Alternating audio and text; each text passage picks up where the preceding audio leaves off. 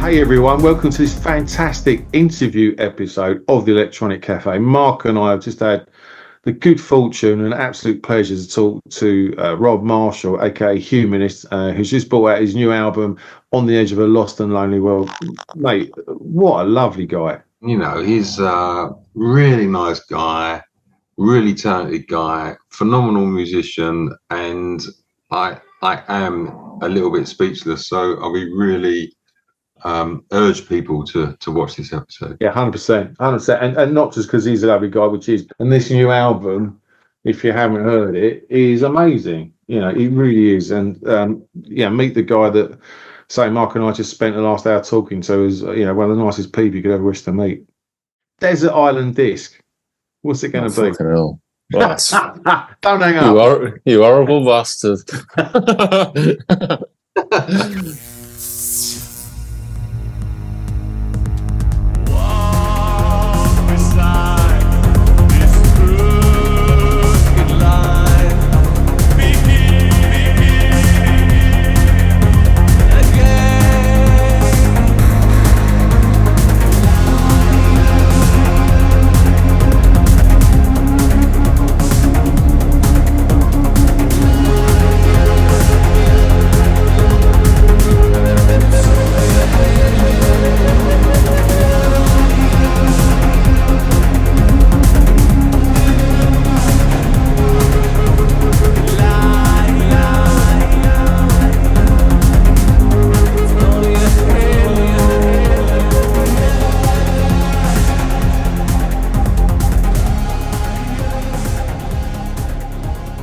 When we hear stuff like that, it should be selling 1 million copies. And I know you're obviously doing okay, but I just want more and more. We want more and more people to hear you and know you. No, thank you. I really appreciate it. Thanks so much, man. Stuff's amazing, honestly. And I think Mark introduced me to you. I mean, we were all constantly sharing stuff, but Mark said, "Check this out." And as soon as we both heard it, it's like talking of legends. Obviously, can't not mention Mr. Gahan. I mean, that's obviously, I know Dave and Mark both worked on the Soulsavers projects as well, but getting Dave Gahan on your bill's pretty impressive as well. How did that happen, mate? It was through Mark. What was it? I basically had written. I was working on the first Humanist record, and I kind of parked Humanist up to concentrate on the Gargoyle for Mark. Yeah. And then I went back to Humanist, and that took a bit longer because it was the first time I'd ever produced and mixed an album. And it was you did it all right. Yeah, and it was a massive learning curve for me because I'd never done anything like that before, and it took long. Obviously, I made a lot of mistakes along the way and had to kind of really learn as I was going.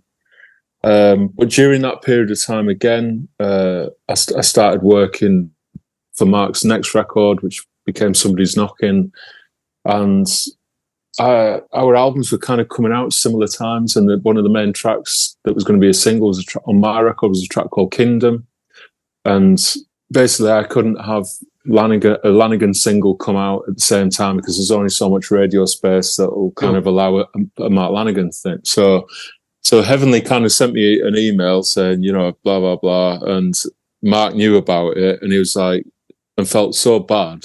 He was like, "Have you got any other leftover tracks? I'll get somebody else, And I said, "Yeah, I've got this track, you know what I mean?" And basically, he sent me a list of names, which he went on to do again. I'll come back to in a sec. But within the context of these names was Dave Gahan, and I just happened to have this track which was Shot Collar. Yeah. And I had the melody mapped out, the music and the melody basically, and I was like, "I think, what do you think about this? Do you think it could fit for Dave?" And he was like, "Yeah, 100%." And within about an hour, he just sent me lyrics back, and then he mapped out a vocal with him singing it, and he said, "Right, I'll send it to Dave now." And then literally 5 hours later, Dave got back to him and was like, "Yeah, I'll do it." And that was it, really. That was kind of the beginning of all that happening, And I was like, wow.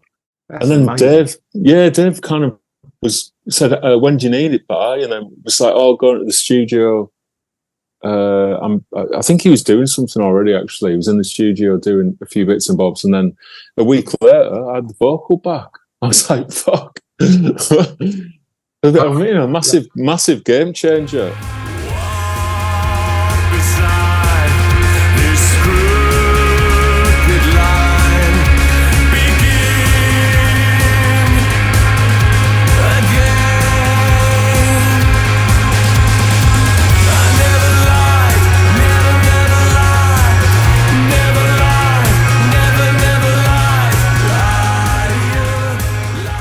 It is. I mean, the tracks that Dave did. I mean, Shot Collar, great track. But Brother, Oh my God, I heard that coming back from work on the train the first time I heard it, and I just was absolutely blown away. I mean, there's something. I mean, we love Depeche Mode. We love the Soulsavers that Dave does. We like his solo stuff. But there's something in his voice. There's a timbre in his voice with like your tracks and the Soulsavers tracks that is slightly different to his voice in Depeche Mode songs. And there's a bit in the beginning of Brother, before the first line of the verse comes in. I know what you're saying. Where he just hums the melody. And I just thought, shit, that is hairs in the back of the neck moment, wasn't it? That's amazing. Where it just seems like he's humming the song before he starts the vocal. It's just phenomenal, his work on that. Yeah, I love it. I mean, it's just when you get a vocal back like that from Dave, it takes the track to a whole new level. Yeah. And Ed had recorded a vocal beforehand because it was a track that I'd co-written with Ed Harcourt, sorry. And Ed's vocal was like amazing. I was thinking, I mean, obviously to get Dave on the track anyway, it's a total game changer, you know. I'm aware of that, and he's aware of his position in it, you know. So I never take stuff like that for granted. I'm always like full of gratitude with that stuff. But I knew the track that I had with Ed singing was good. But when Dave sent his vocal back, it was just, he just has a richness to his voice that is. Yeah. It's like it's recorded with the most expensive microphone on the planet in the bestest room. And you know, like Mark had that as well. He made everything like those kind of voices. They make things sound expensive to me. You know, as soon as I listened to it, but I did pick up on that humming thing at the beginning, and I was like, wow, I just loved it because it was so gentle, like easy. And then the opening line, I've died 1,000 million times. I thought, what a significant way for Dave to open the track. You know, just it's so powerful.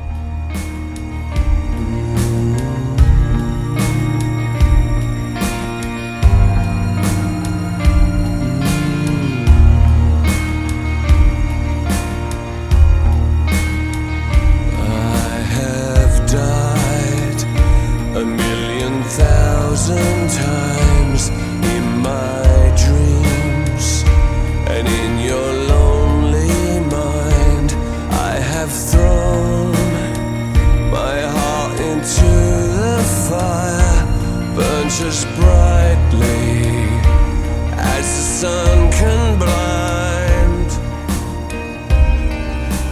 Brother, I've got your back. It's amazing, as you say. I remember reading a quote about Mark Lanegan saying he's got a voice that can move mountains, and I thought, I'm not going to argue with that. And you know, his voice. He had eyes that could move mountains. But with Dave, it's like you talk. Mark said it brilliantly earlier about how his voice. I think he's one of those few vocalists where his voice has got better as he's got older. It's got richer and a better timbre. But you know, when we hear the Soulsavers or the Humanist stuff, his voice just sounds a little bit freer, and maybe that's just me or maybe it's Mark, but we both think it just sounds a bit wider when he does stuff with you or Soulsavers. And it's not saying anything bad about Depeche Mode. Obviously, does a brilliant job, but there's just something, and I don't know what it is, but it just feels warmer and great. Mate, would you ever? I mean, is there ever an opportunity you could do a full album with Mr. Gahan? Is that a possibility, or is that if you tell me you had to kill me afterwards? Well, you know what? My concentration right now is just. Is on pushing this record, and I always just kind of try to live in the moment with it all. Yeah, of course. No, so I haven't, you know, I think I'd like to think that the door's open with all the collaborators that I've worked with, and you know, the ones that are still around, and that anything is a possibility, you know. But right now, I just want to try and, especially because of the way that everything kind of fell apart on the last record in terms of the live thing. I really want to give this record the best chance I possibly can to push it live. So that's where my head's at, really. I know you work with so many different vocalists. I mean, yeah, when you write your material, it sounds like do you have an artist in mind pretty much for every track, or does sometimes it's accidental? With the greatest respect, I don't know, but when you're writing this stuff, is it like, I want Mark or I want Dave or I want? Is it pretty set in your head?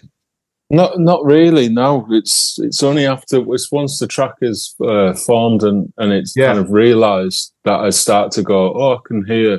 For example, say I had a track and then suddenly I started to feel Lana Del Rey. Then I'd kind of tried to manifest that as the track was evolving. Do you know what I mean? Yeah. And then it would be. Then I'd obsess about, right, I need to get this track to Lana Del Rey. How do I do that? How do I navigate my way through that? You know, nice. That's kind of the process, really. The only time it's not been like that was when I started doing the Lanegan stuff. But even then, like, for Gargoyle in particular, I was really focused on Mark. Like, I was just obsessing with like trying to write music. But then once we got to Somebody's Knocking, because I was just he was just like, just send me anything that you've written. You know, pretty much, you know, and so that was kind of, so I wasn't specifically writing for him at that point. I just kind of write music, and if I was happy with the track, I'd always just fire it across to him. Do you know what I mean? And he'd normally say yes to one or three at least. Do you know what I mean? It's always like, yeah, I love that one. You know what I mean? But you just would, yeah. So I don't know if that answers the question. It reveals itself. Once the track reveals itself, really. Part of the creative process. Yeah.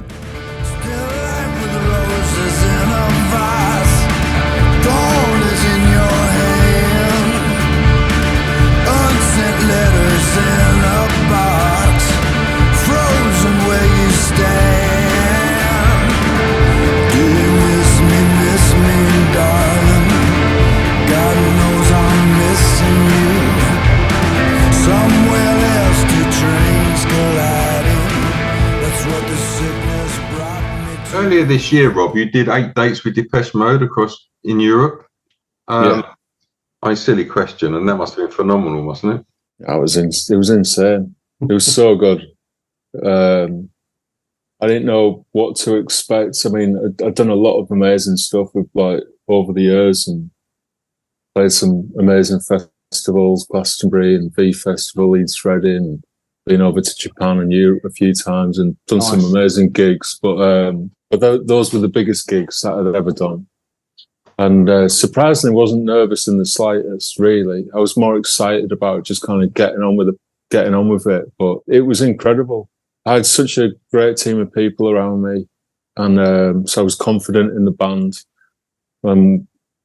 If anything, that was the biggest surprise is that I thought the gigs would be about half full when we walked on, and they were pretty much 80 to 90% full capacity when we walked. So it's like 25,000 people a night, which is like, it's a lot, you know. It's amazing though, mate. And also people hearing your work, right, which is fantastic. Yeah, I had such a good response from the fans, because I know they're hardcore and it can be quite difficult to please, but, you know, we went down so well. And it's people that we were speaking to after the gigs and people that emailing about, you know, contacting us on social media and whatnot. Just phenomenal. You know, it's such an honour to be asked to do it, you know, in the first place. It was You've been endorsed though by Dave, I think, hadn't you? I mean, Dave had done a couple of tracks. I mean, we saw Depeche Mode again at the O2, which was in January, I think it was. And yeah, to me personally, I was a bit gutted that you wasn't doing the O2, but you was doing Europe just.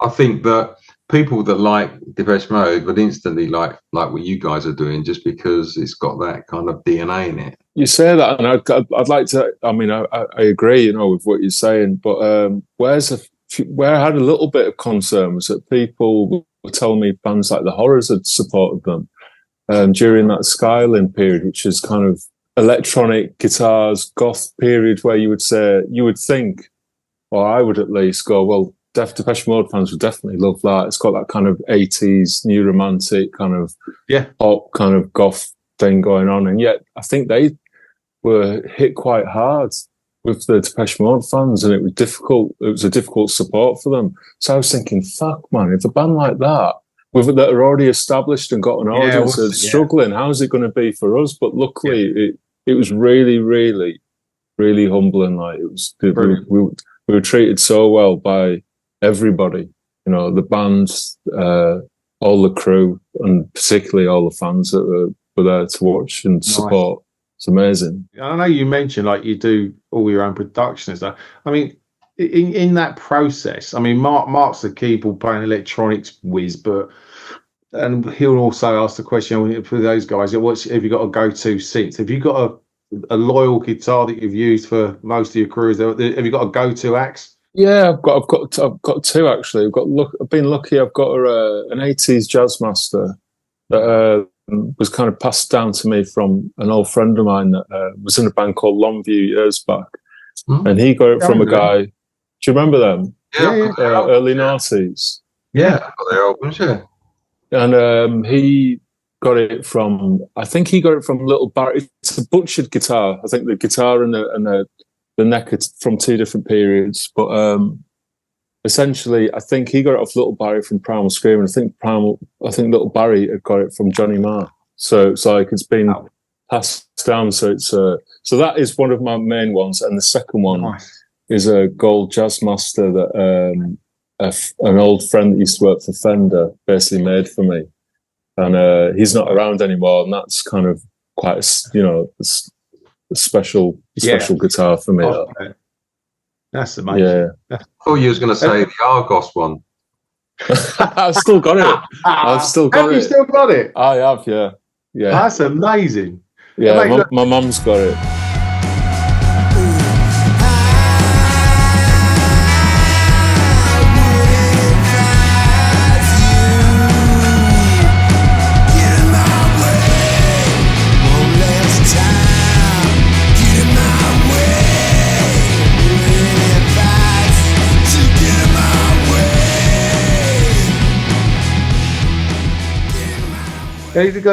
This is a tough question, and we ask every artist because we always have an idea of what we think it could be. Desert Island Disc. What's it going to be? Hell. Don't hang up. You horrible bastard.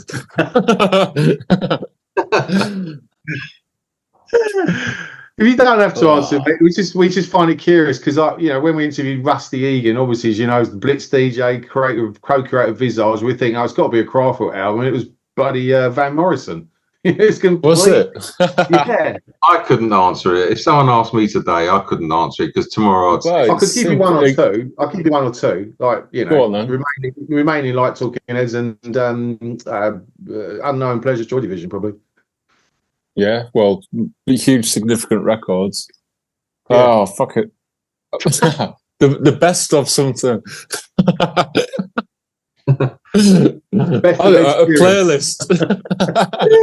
I had a conversation with my ex-wife once. We were talking about records. We were talking about Nirvana and like Nevermind, and I was saying about an album like Nirvana comes out that defines a generation, and it's kind of like it'll always be there. It'll always be this record.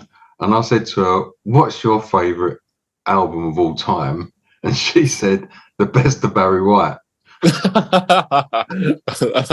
I think there's something to be said about that. Do you know what? Recently there was what was it for? I was doing funnily at the Guitarist magazine, and I was in an interview with them, and they asked me to pick out 9 significant records, and one of the records that I picked out, which is in vein with what you're talking about, was the best of. No, it was called The Golden Greats. It was by the Beach Boys.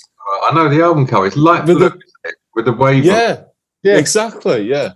So my dad had it on cassette tape, and when we used to go, whenever my dad was like getting in his car to go like somewhere, I'd jump in with him. So we got to the bloody Asda or something. He'd put that on, and he'd just blast it up, and I fucking loved that. I've got a pretty kind of detached relationship with my dad. I haven't seen him for like 20 plus years, but those memories of getting in the car and him cranking it up and listening to those songs, like Heroes and Villains and just, whatever, it was just amazing. Like to just the power of the voice of that voice. So it's kind of, so there is something significant in those compilations, let's say, for a better word. Best of the Beach Boys, that's your first one. No, Mark, don't stop there because it's going so well. It's going to hang up, and we love it. if I had to guess, I would say that you would like T-Rex. You'd probably like Roxy Music, I reckon. Verve. You'd probably like Stone Roses and Definitely Maybe. Those two. Well, you know, a lot of those records are totally kind of part of that. I mean, it's weird that you said T-Rex because one of the first records again that I had was a T-Rex compilation. Brilliant. I can't remember the name of it though, but it was white and it had the image across the middle, and it was like I was on a cassette tape. Brilliant. And the first track, in fact, the second track I ever learned on guitar was 20th Century Boy. Oh, what a track! We used to cover it. Yeah. Did you? Were you guys in a band together? Yeah, long time ago, my friend. Basically, Mark and I have grown up together literally since we were like toddlers. So we've known each other over 50 years. Oh, you know what? I've got 6 or 7 friends that I've known since I was in the sandpit. Yeah, nice. And that's you're on a different level, aren't you? You know what I mean? It's totally. It's totally, you know, you can have fallouts and stuff like that, but the best thing about those kind of friends is that you can actually tell them to fuck off and make up, and you don't feel bad about it. You just, you know, you have a fallout. Mark says that to me every day.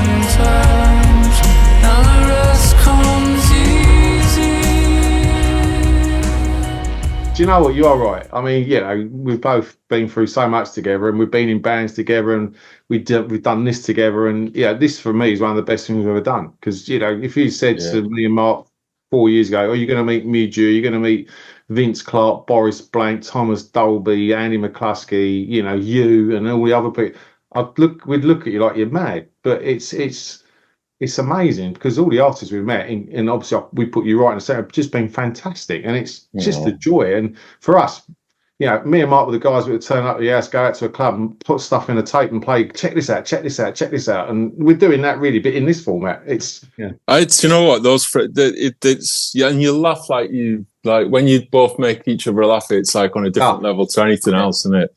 And my old friends make me cry with laughter. Like I literally had this. One of my friends one of our old friends passed away. He died of cancer. No, it's life in it. But a couple of years ago, and of all the places, I would never go to this place. By the way, I'm just to clarify that straight off. But we went to Benidorm, to celebrate, and I was like, oh, God, why have we got to go to bed? You know what I mean? But they're all from the northeast still, and anyway, do you know what? I had the best time. I was crying with laughter for 3 days. It was so good. You know, those friends are, they're just significant because you can go like a year about 2 years without even speaking to them, and then you just meet up, and it's just like straight like that. You know what I mean? You just it's like time has just kind of like come straight together again. It's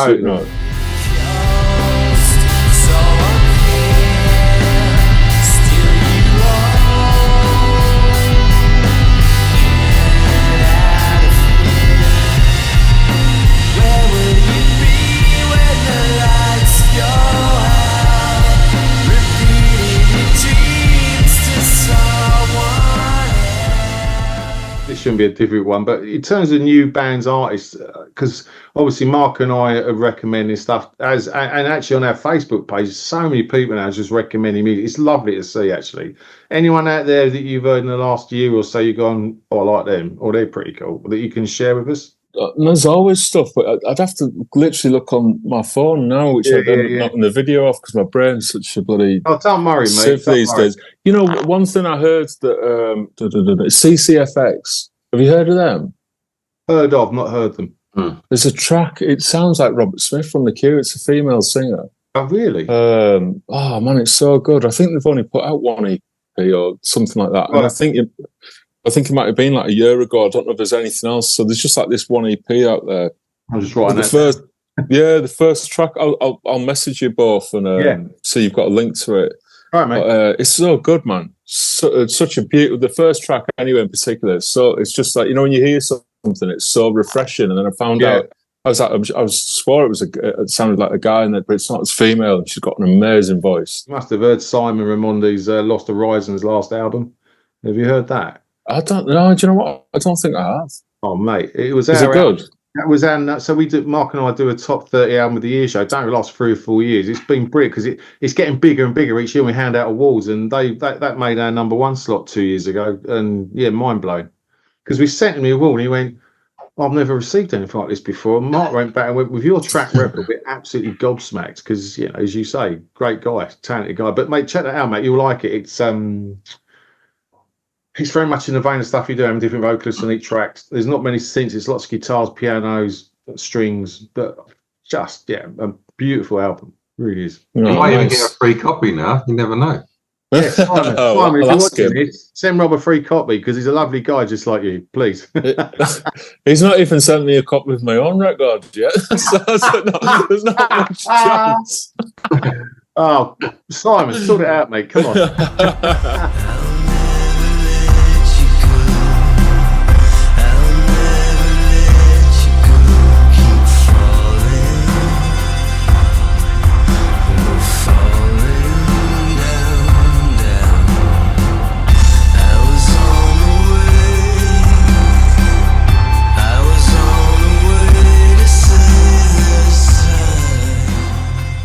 Albums aren't too dissimilar to the Recoil set. Do you know what I mean? That sort of dark, atmospheric kind of. It's not a million miles from the, and I guess that's why we love it so much. I mean, it's like. Oh, but again, you know, I'd say I'm naturally drawn to that kind of stuff. Like I love the kind of the navigation of those kind of records where it feels infinite in terms of where it could go, and unrestricted. Do you know what I mean? And that's everything to me. Don't get me wrong. I like pop music and I like structure, but at the same time, that parallel to that is that I totally have the ability to open anything up. It doesn't need to be. It can be verse, chorus, fucking 10 minutes of anything if that's the way it is. You know, it doesn't like. I don't feel like I've got those restrictions in place at all. You know what I mean? Yeah, I mean the Recoil stuff. I mean the Bloodline album and Faith Healer. I mean I love those tracks. I mean they're phenomenal. Yeah, I had a friend that I've got a friend that collaborated with Alan on. They were called Black Ships, but then I think they changed the name to Black Submarine, and they did a track called Strange Hours, and. That's the first thing that I heard, really, and I just loved the sound of it all and the kind of improvised nature of it. You know, it felt very progressive, but not in a, you know, just kind of evolving and it's not really kind of following any musical theme of such, but it just felt very natural in its kind of approach, and I like that. You know, you don't really hear that much, I don't think, and quite surprising as well, coming from him and his background, or not. And don't get me wrong, like, you know, the Depeche Mode stuff, I kind of got into it a little bit later, and but one of the things that I like the fact that they have progressed, whether people have liked where they've gone or haven't. Yeah, they're not really band that stood still, and that is always something that I admire in musicians and artists and bands or whatever, that you know, there's never kind of a template that you keep trying to recreate. I think that's the worst thing that anybody could ever do. No, I agree. And when you look at a band as big as they are, me and Mark have said this so many times, they can't win really, because if they do something that sounds like Violator, they go, well, they've not moved on, have they? And they try something new. Well, it's not as good as their other stuff. You just think they can't win. You know, Tomorrow is a great album. It's great. It is. I think they just don't care really about what people. You've got to do it for yourself. You know what I mean? 100%. It's got to come from here, right? And absolutely. And they still fill stadiums. They've got to be doing something right. Do you know the first time I saw them was at Twickenham Stadium, But last summer, yeah, we it were was there. boiling hot. We there? Oh, Yeah. so hot. Such a, but it was 85,000 people. It was insane, and the sound was. I've never been to a gig on that scale where the sound was so good. Yeah, it was a great night. It was a really good night. Yeah, really great.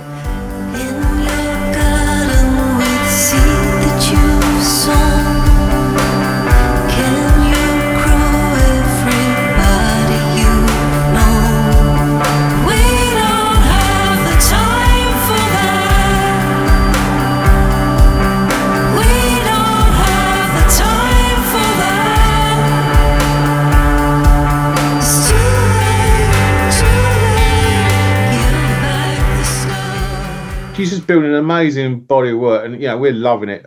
Look, we'll see you in London. As I said, let us buy you a drink, please, when we see you. We really man, love that. Come back and have some drinks with us anyway. You know I'd love to. Just want to shake your hands and say thank you for what you're doing. Actually, also, I might cheekily get you to sign that because the other one's signed. Of course. Keep doing what you're doing. We absolutely love it. And for the people in Electronic Cafe, I know we do get some really positive comments about your stuff, and we put it up. But for those who haven't listened to it, go and listen to it. You're missing out if you don't. Oh, thank you so much, man. Thanks for taking the time out to speak to me. I really appreciate it.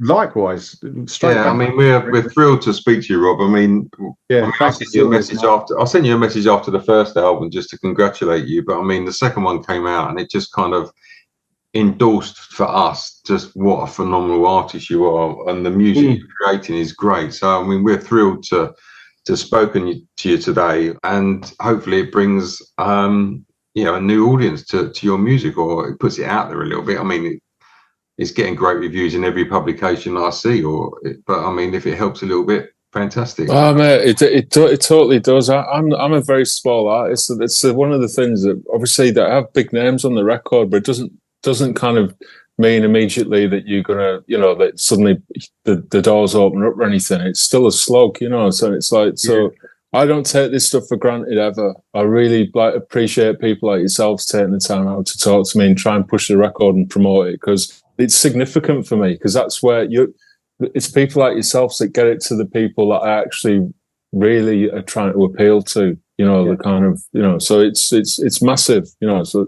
Thanks, mate. Thank you, both of you. Anytime, buddy. You're always welcome at Electronic Cafe. You really are. So we'll see you at the gig in London, and we'll definitely have a few beers. Yeah, man. Let's go out for some drinks after. Do you know what? We'll hold you to that, because we want to say we always say thank you to our artists. We'll either take them for dinner or drinks. So you game on, mate. Cheers, Rob. Thanks for your time. Thanks, mate. And you guys have a lovely Sunday, man. I'll see you soon. Cheers, Rob. Bye. Bye. Bye.